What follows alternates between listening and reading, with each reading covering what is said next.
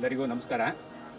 ನಾನು ಶೃಂಗೇರಿ ಹತ್ತಿರದಲ್ಲಿರುವ ಜೈಪುರ ಊರಿನ ಪಕ್ಕದಲ್ಲಿ ಒಂದು 7 ಕಿಲೋಮೀಟರ್ ಹತ್ತಿರದಲ್ಲಿರುವ ಹೆಜ್ಸೆ ಗ್ರಾಮದ ಶ್ರೀ ಶಿವಪಂಚಾಯತನ ದೇವಸ್ಥಾನ ಉಮಾಮಹೇಶ್ವರ ದೇವರು, ವಾಸುಕಿ ವಿನಾಯಕ ದೇವರು, ಅಮ್ಮನವರು ದುರ್ಗಾಂಬ, ವೇಣುಗೋಪಾಲ ಸ್ವಾಮಿ ಹಾಗೂ ಸೂರ್ಯನಾರಾಯಣ ದೇವರು ಇಲ್ಲಿ ವಾಸವಿದ್ದಾರೆ. ಹಾಗೆಯೇ ಪಕ್ಕದಲ್ಲೇ ಸೀತಾ ನದಿ ಹರಿಯುತ್ತೆ, ಅಲ್ಲಿ ವೀರಾಂಜನೇಯ ಸ್ವಾಮಿ ದೇವನು ಕೂಡ ಆಸೀನರಾಗಿದ್ದಾರೆ. ಇದು ಪುಣ್ಯಕ್ಷೇತ್ರ, 1000 ವರ್ಷ ಇತಿಹಾಸ ಇರುವಂಥ ದೇವಸ್ಥಾನ. 400 ವರ್ಷದ ಹಿಂದೆ ಪೂಜ್ಯ ತಿಮ್ಮಯ್ಯನವರು ಅಂತ ಹೇಳಿ ಅವರು ಈ ದೇವಸ್ಥಾನವನ್ನು ಶಿಲಾಮಯ ಮಾಡಿ ಎಲ್ಲ ಒಂದು ಪಂಚಪಂಥದವರಿಗೂ ಕೂಡ ಇಲ್ಲಿ ದೇವರನ್ನು ಪ್ರಾರ್ಥನೆ ಮಾಡುವಂಥ ಒಂದು ಅವಕಾಶವನ್ನು ಮಾಡಿಕೊಟ್ಟಿರ್ತಾರೆ. ಈ ಒಂದು ಪುಣ್ಯ ಸ್ಥಳಕ್ಕೆ ಶೃಂಗೇರಿ ಜಗದ್ಗುರುಗಳು ಸಹಿತ ಆಗಮಿಸಿರ್ತಾರೆ.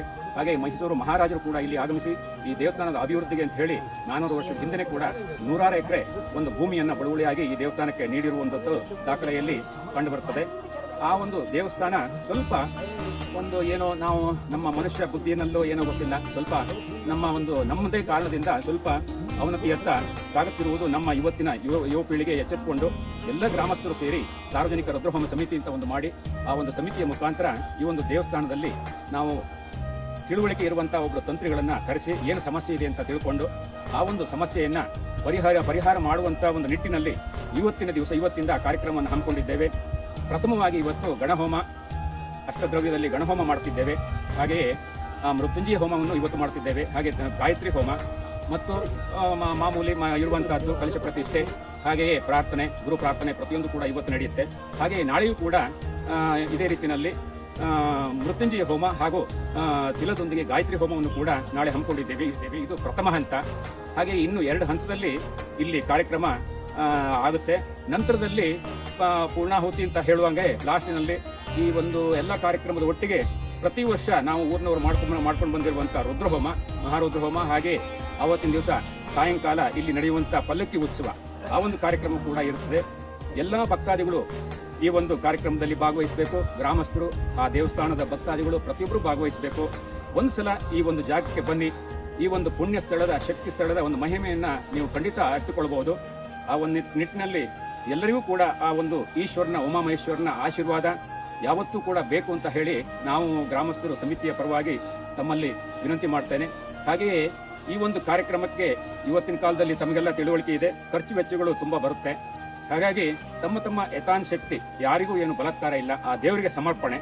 ಹಾಗಾಗಿ ತಾವು ಏನೇ ಒಂದು ಆ ದೇವರಿಗೆ ಸಮರ್ಪಣೆ ಮಾಡುವುದಿದ್ರೂ ಕೂಡ ನಮ್ಮದು ಈ ಒಂದು ಸಮಿತಿಯ ಒಂದು ಬ್ಯಾಂಕ್ ಅಕೌಂಟ್ ನಂಬರ್ ಅದನ್ನು ಮುಂದಿನ ಹಂತದಲ್ಲಿ ನಾವು ತಿಳಿಸ್ತೇವೆ. ಅದಕ್ಕೆ ನೀವು ಕಳಿಸ್ಬೋದು. ಇಲ್ಲೇ ಬಂದು ಕೂಡ ದೇವಸ್ಥಾನದಲ್ಲಿ ನೀವು ಕ್ಯಾಶ್ ಮುಖಾಂತರನೂ ಕೊಡ್ಬೋದು, ರಸೀದಿ ಪಡಿಬೋದು. ಇದು ಯಾವುದೇ ಒಂದು ಇಲ್ಲಿ ಬೇರೆ ಯಾವುದೇ ಇಲ್ಲ, ಎಲ್ಲ ಊರವರು ಸೇರಿ ಎಲ್ಲ ಒಂದು ಪಾರದರ್ಶಕವಾಗಿ ದೇವರ ಸೇವೆಯನ್ನು ಮಾಡ್ತಿದ್ದೇವೆ ಅಂತ ಹೇಳಿ ತಮ್ಮಲ್ಲಿ ಇನ್ನೊಮ್ಮೆ ಮುಷ್ಟಿ ಕಾಣಿಕೆ ಸಮರ್ಪಣೆ ಇದು ಪ್ರಥಮವಾಗಿ ಮುಷ್ಟಿ ಕಾಣಿಕೆ ಭಾರಿ ಶ್ರೇಷ್ಠವಾದದ್ದು. ಹಾಗಾಗಿ ಮುಷ್ಟಿ ಕಾಣಿಕೆ ಸಮರ್ಪಣೆಯನ್ನು ಇವತ್ತಿಲ್ಲಿ ವ್ಯವಸ್ಥೆ ಮಾಡಿದ್ದೇವೆ.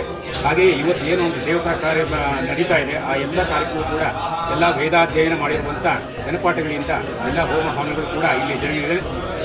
ಹಾಗಾಗಿ ಆ ಮುಷ್ಟಿ ಕಾಣಿಕೆ ಯಾವ ಅಂತ ಹೇಳಿಬಿಟ್ರೆ ಅದು ಎಲ್ಲರದ್ದು ಬಂದ ಮೇಲೆ ಅದನ್ನು 3 ವಿಂಗಡಣೆ ಮಾಡಿ, ಒಂದು ಈ ಕ್ಷೇತ್ರಕ್ಕೆ ಸಮರ್ಪಣೆ, ಇನ್ನೊಂದು ಧರ್ಮಸ್ಥಳ ಮಂಜುನಾಥ ಸ್ವಾಮಿ ಕ್ಷೇತ್ರಕ್ಕೆ ಸಮರ್ಪಣೆ, ಇನ್ನೊಂದು ತಿರುಪತಿ ತಿಮ್ಮಪ್ಪನ ಸನ್ನಿಧಿಗೆ ಸಮರ್ಪಣೆ ಮಾಡಬೇಕು ಅಂತ ಹೇಳಿ ತಿಳುವಳಿಕೆ ಬಂದಿರುತ್ತೆ.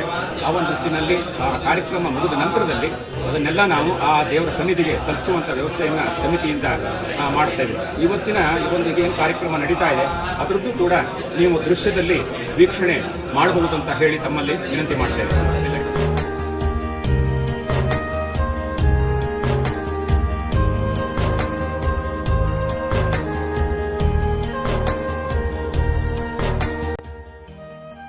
ಪ್ರಕಾಶ್ ಮೂರ್ತಿ ಎಂಜಿ ಅಂತ ಹೇಳಿ ನಾನು ಇಲ್ಲೇ ಪಕ್ಕದಲ್ಲಿರುವವನು. ಆ ಈಶ್ವರನ ಏನೋ ಒಂದು ಕಿಂಚಿತ್ ಸೇವೆಯನ್ನು ಮಾಡುವವರ ಜೊತೆಯಲ್ಲಿ ನಾನು ಕೂಡ ಇದ್ದು ಆ ದೇವರ ಸೇವೆಯಲ್ಲಿ ಭಾಗವಹಿಸುತ್ತಿದ್ದೇನೆ. ನೀವು ಕೂಡ ಎಲ್ಲರೂ ಬಂದು ನಮ್ಮೊಟ್ಟಿಗೆ ಕೈ ಜೋಡಿಸಬೇಕು ಅಂತ ಹೇಳಿ ತಮ್ಮಲ್ಲಿ ಇನ್ನೊಮ್ಮೆ ಪ್ರಾರ್ಥನೆ ಮಾಡುತ್ತಾ ಮುಂದಿನ ಹಂತದ ಕಾರ್ಯಕ್ರಮಗಳನ್ನು ಕೂಡ ಏನು ನಡೆಯುತ್ತೆ ತಮಗೆ ಅದರ ಮಾಹಿತಿಯನ್ನು ಕೂಡ ತಿಳಿಸ್ತೇವೆ. ಒಮ್ಮೆ ಈ ಸ್ಥಳಕ್ಕೆ ಭೇಟಿ ಕೊಡಿ. ನಿಮಗೆ ಈ ಒಂದು ಜಾಗ ನಿಜವಾಗಲೂ ತುಂಬ ಒಂದು ಇಷ್ಟವಾಗುತ್ತೆ. ಆ ಈಶ್ವರನ ಅನುಗ್ರಹ ಸಿಗುತ್ತೆ ಅಂತ ಹೇಳಿ ಭಾವಿಸ್ತಾ 2 ಮಾತನ್ನು ಮುಗಿಸ್ತೇನೆ. ಎಲ್ಲರಿಗೂ ನಮಸ್ಕಾರ.